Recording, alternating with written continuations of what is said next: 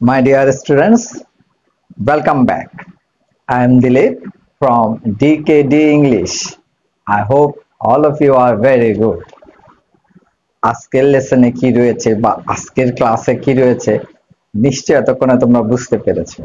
হ্যাঁ, সেটা হচ্ছে spoken English with English grammar. অর্থাৎ স্পোকেন ইংলিশকে শেখানো হচ্ছে কি দিয়ে? ইংলিশ গ্রামার দিয়ে।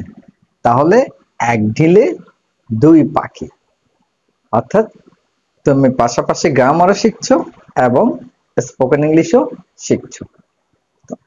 আমার টেকনিকটা একটু আলাদা। তোমরা যারা এতদিন পর্যন্ত আমার সাথে ক্লাস করছো তারা নিশ্চয়ই বুঝতে পারছো যে আমার টেকনিকটা কি। আমি সব সময় চেষ্টা করি ইজি ওয়েতে বা সহজভাবে টেকনিক্যালি বা কৌশলে শেখাবার জন্য, শর্টকাট ওয়েতে, যাতে করে তোমরা সবাই জিনিসটা ভালো করে বুঝতে পারো, শিখলে দীর্ঘদিন মনে রাখতে পারো এবং সেটাকে ইউজ করতে পারো। আজকেও ঠিক সেই ধরনের একটা ক্লাসের আয়োজন করেছি তোমাদের জন্য। এই ক্লাসে থাকছে ট্রান্সলেশন। হ্যাঁ, বলতে পারো ট্রান্সলেশন, একদিকে সেটা ট্রান্সলেশন বটে, ট্রান্সলেশন, কিন্তু কোন ধরনের ট্রান্সলেশন? এই ট্রান্সলেশন গুলো হচ্ছে সাধারণত ইন্টারোগেটিভ ট্রান্সলেশন বলতে পারো, বা ইন্টারোগেটিভ সেন্টেন্স দিয়ে ট্রান্সলেশন বলতে পারো। আবার এই ইন্টারোগেটিভ সেন্টেন্স গুলো হচ্ছে কি দিয়ে তৈরি করা হচ্ছে? এটা সাধারণত তৈরি করা হয়েছে ইন্টারোগেটিভ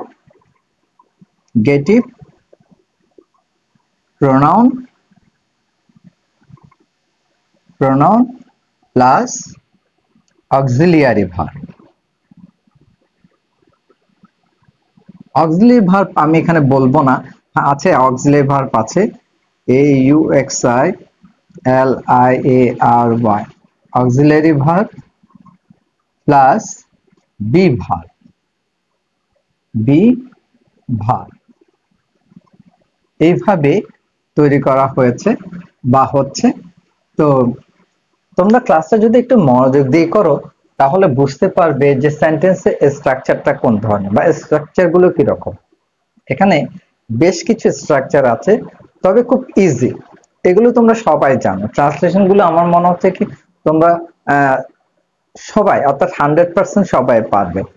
যদি প্র্যাকটিস না থাকে, হয়তো তোমাদের মধ্যে কেউ কেউ ভুলে গিয়ে থাকলে বা না জানলে এই ক্লাসটা করার পর তারা সেগুলো সবগুলো জানতে পারবে বা বুঝতে পারবে, এবং এও বুঝতে পারবে কি এই ধরনের ট্রান্সলেশন বা ইন্টারোগেটিভ সেন্টেন্স গুলো তোমার স্পোকেন ইংলিশের ক্ষেত্রে কতটুকু দরকার।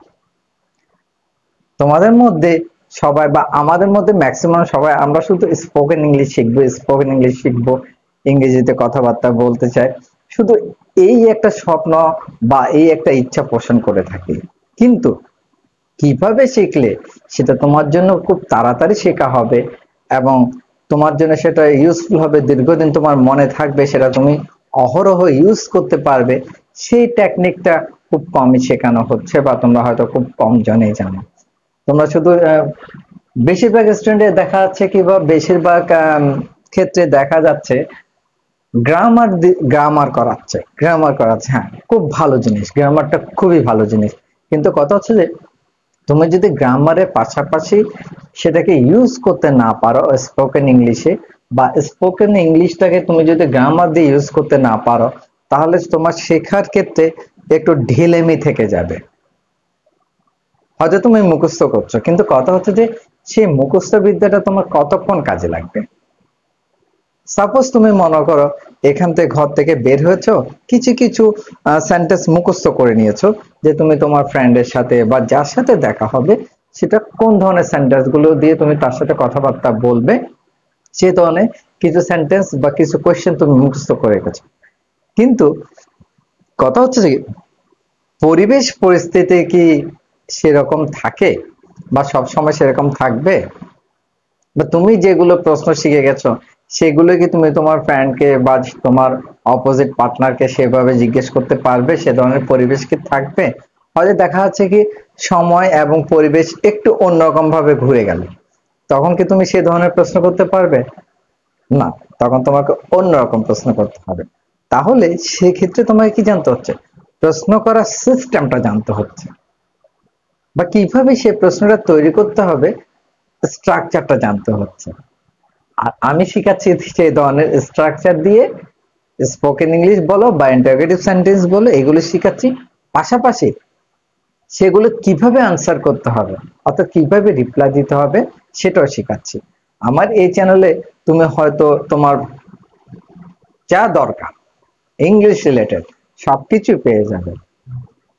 আগে তুমি ভেরিফাই করে দেখো, আমার চ্যানেলে প্লে লিস্টে ঢুকে যাও।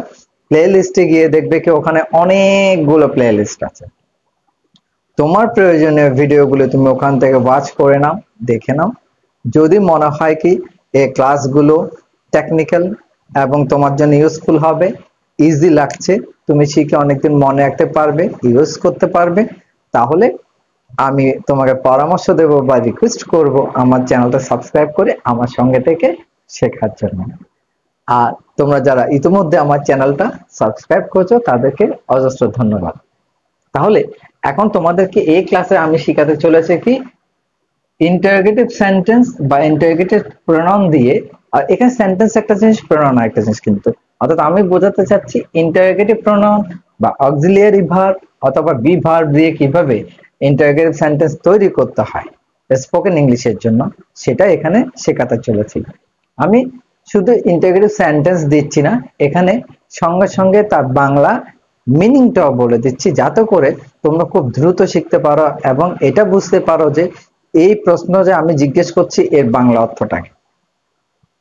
অনেক সময় অনেকে না বুঝে ইংরেজিতে প্রশ্ন করে থাকে, না বুঝে শিখেছে মুখস্থ করে থাকে, তখন সেটা একটা হাস্যকর ব্যাপার হয়ে যায়, দাঁড়ায়।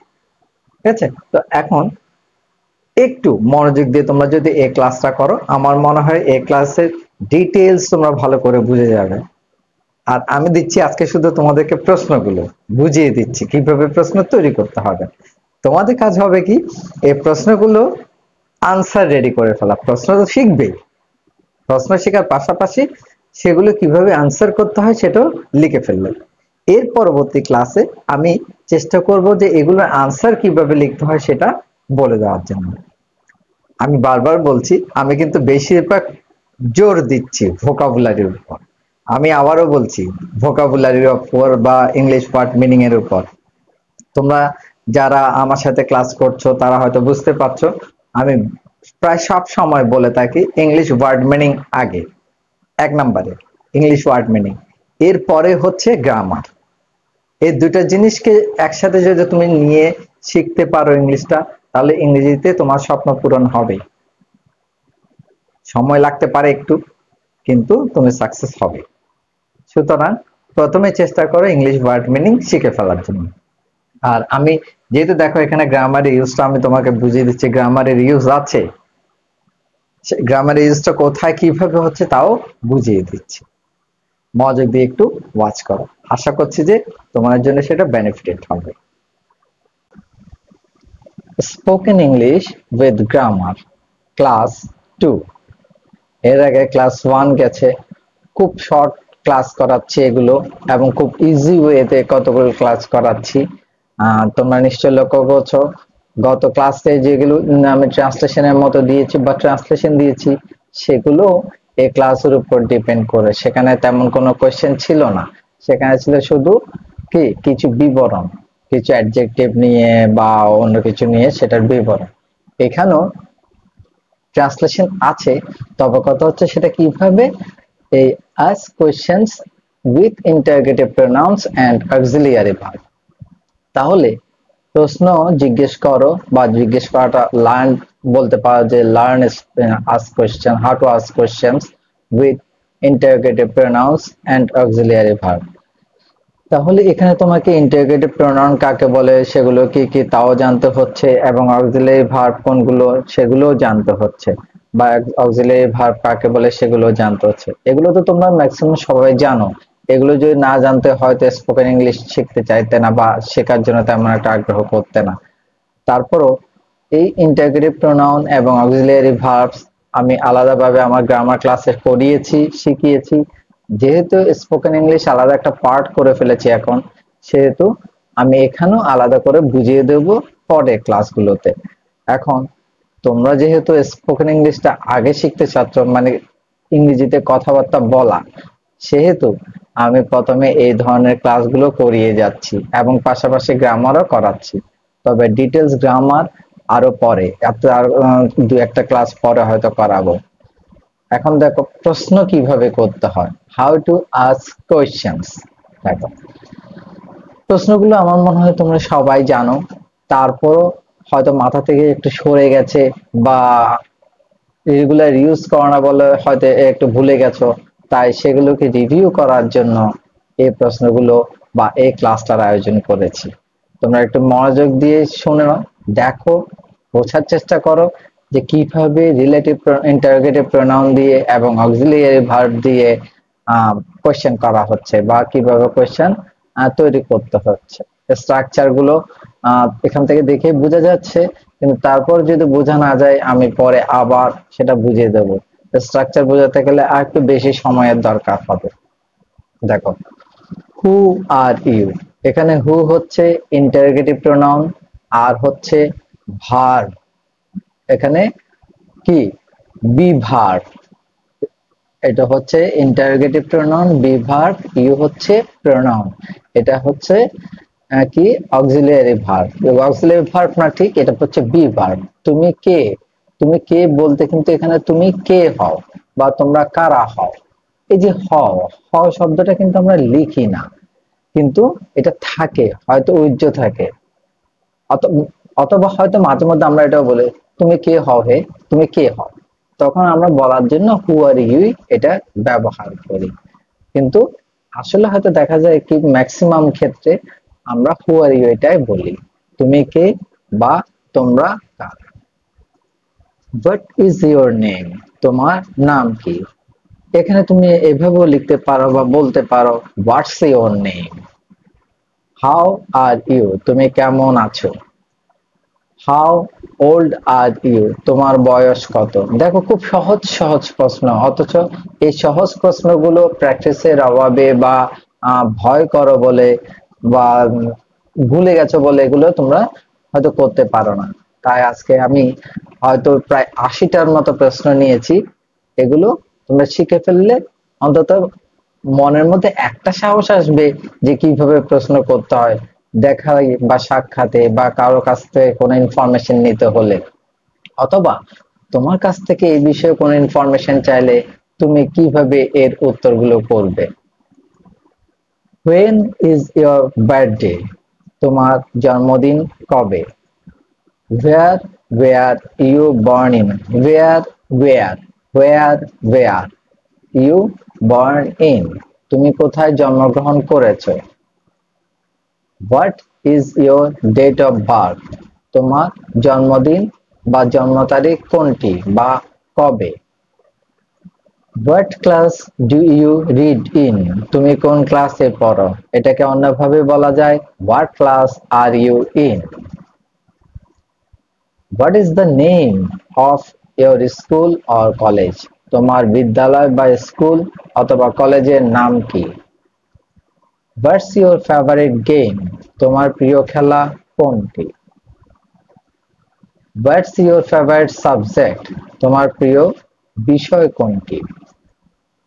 What is your birthland অথবা motherland, তোমার জন্মভূমি বা মাতৃভূমি কোনটি। মাতৃভূমি বলতে যা বুঝাবে, জন্মভূমি বলতে তা বুঝাবে, অর্থাৎ যে দেশে তুমি জন্মগ্রহণ করেছো তার নাম বুঝাবে। What is the name of your country, তোমার দেশের নাম কি। এই প্রশ্ন এবং উপরের প্রশ্ন প্রায় একই অর্থে ব্যবহার হয় বা একই একটু ভিন্নভাবে জিজ্ঞেস করা হয়, আনসার কিন্তু একই হবে। Do you love your country, তুমি কি তোমার দেশকে ভালোবাসো। What is your mother tongue, তোমার মাতৃভাষা কি? When do you get up from bed? তুমি কখন ঘুম থেকে ওঠো? When do you go to sleep? তুমি কখন ঘুমাতে যাও? When do you take in your breakfast? এখানে when হবে না, এটা হবে what. What do you take in your breakfast? তুমি সরি না, ঠিক ছিল when. When do you take in your breakfast? তুমি কখন সকালের নাস্তা করো? What do you take in your breakfast usually? তুমি সকালের নাস্তা কি খাও বা সকালের নাস্তা কি খাও? সকালের নাস্তাতে তুমি কি কি জিনিস খাও এটা বোঝাচ্ছে। When do you take your lunch? তুমি কখন দুপুরে খাবার খাও? অর্থাৎ দুপুরের সময়টা এখানে বলতে হবে। When do you take in your dinner? তুমি কখন রাতের খাবার খাও? এই প্রশ্নগুলো পাওয়ার পর তোমাদের কাজ হবে প্রথমে প্রশ্নগুলো মুখস্থ করে ফেলা এবং পাশাপাশি যদি পারো এর আনসার গুলো তৈরি করে নাও। নেক্সট ক্লাসে আমি এর আনসারটা বলে দেওয়ার চেষ্টা করব বা বলে দেব কিভাবে আনসার গুলো করতে হয়। Which is your favorite food? তোমার প্রিয় খাবার কোনটি? Do you like any drink? তুমি কি কোনো পানীয় পছন্দ করো? এখানে পানীয় বলতে কিন্তু শুধু ওয়াটারকে বোঝায় না, এখানে হয়তো তুমি কোনো কোল্ড ড্রিঙ্কস খাও কিনা বা কোনো জুস খাও কিনা অথবা কোনো দুধ খাও কিনা এগুলোকে বোঝানো হচ্ছে। What is your favorite drink? What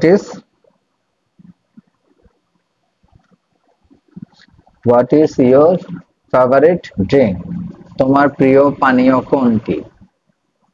When do you start for school? তুমি কখন স্কুলে বা বিদ্যালয়ে যাও? When does your school break up? তোমার স্কুল বা বিদ্যালয় কখন ছুটি হয়? How do you go to school? তুমি কিভাবে স্কুলে যাও?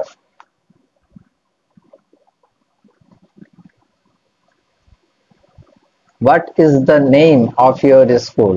তোমার স্কুলের নাম কি বা তোমার বিদ্যালয়ের নাম কি?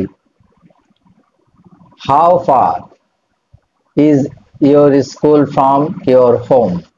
তোমার স্কুল তোমার বাসা থেকে কত দূর?